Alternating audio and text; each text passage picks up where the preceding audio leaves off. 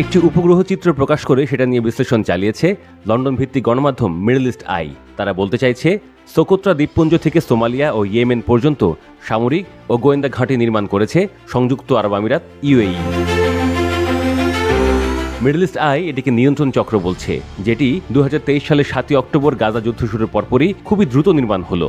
ইউএইর এই সম্প্রসারণ হয়েছে যুক্তরাষ্ট্র ও ইসরায়েলের সহযোগিতায়। এই দুই দেশ ইউএইর মিত্র। ঘাঁটিতে ইসরায়েলি অনুষঙ্গ, বিশেষ করে রাডার, সামরিক ও নিরাপত্তা সরঞ্জাম, সামরিক সদস্যরা বিরাজ করছে। এগুলো দিয়ে ইয়েমেনের ইরান সমর্থিত সশস্ত্র বিদ্রোহী গোষ্ঠীর ওপর নজরদারি চালানো যাবে। খেয়াল রাখতে হবে, ইয়েমেনের সশস্ত্র বিদ্রোহী ওই গোষ্ঠী এডেন উপকূলকেও বৈশ্বিক বাণিজ্যিক জাহাজ চলাচলে অনুপযোগী করে দিয়েছে। ইউএই ও ইসরায়েলের এই সহযোগিতাকে বলা হচ্ছে ক্রিস্টাল বল বা স্ফটিক গোলক। এটি দিয়ে দুই দেশ পরস্পর গোয়েন্দা তথ্য বিনিময় করবে, কৌশল বাতলাবে।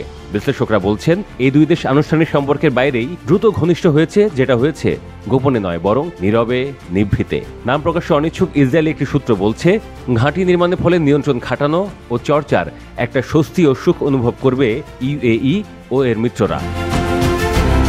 মিডল ইস্ট আই বলছে, উপগ্রহ চিত্র অনুযায়ী ওই ঘাঁটিতে গোয়েন্দা স্থাপনা ছাড়াও রানওয়ে, ক্ষেপণাস্ত্র প্রতিরক্ষা ব্যবস্থা অবস্থানের প্রমাণ পাওয়া গেছে। এতে করে ইউএই, ইসরায়েল, যুক্তরাষ্ট্র ও অন্যান্য মিত্ররা ব্যাপক সুযোগ সুবিধা ভোগ করবে।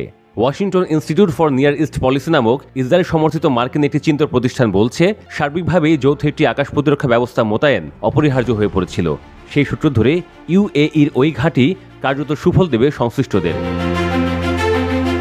একই সঙ্গে ঘাঁটিটি এডেন উপকূল দিয়ে চলাচলকারী নৌযানগুলোর নিরাপত্তা নিশ্চিতেও সক্রিয় ভূমিকা পালন করতে পারবে বলে মনে করেন তারা। তারা যোগ করেন, ইউএইর র্যাপিড সাপোর্ট ফোর্সকেও শক্তিশালী করবে ওই ঘাঁটি।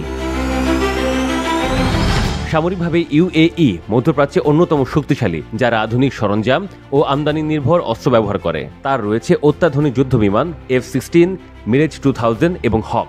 তার একটি শক্তিশালী বিমান প্রতিরক্ষা ব্যবস্থাও রয়েছে, যার মধ্যে রয়েছে মার্কিন প্যাট্রিয়ট সিস্টেম ও থার্ড, এবং ইসরায়েল নির্মিত বারাক এবং দক্ষিণ কোরিয়ার চেয়ংগুং।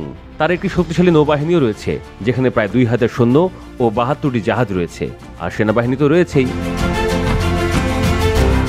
ফ্রান্স, যুক্তরাষ্ট্র, যুক্তরাজ্য সহ বিভিন্ন দেশ থেকে অস্ত্র কেনে ইউএই, যা তার সামরিক শক্তি বৃদ্ধিতে সহায়তা করে।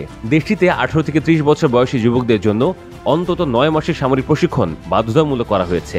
দেশটি তার বার্ষিক প্রতিরক্ষা বাজেটের একটি বড় অংশ বিদেশি সরবরাহকারীদের কাছ থেকে অস্ত্র ক্রয়ে ব্যয় করে। যেমন 2020 সালে $23.2 বিলিয়ন ব্যয় করেছে অস্ত্র কিনতে।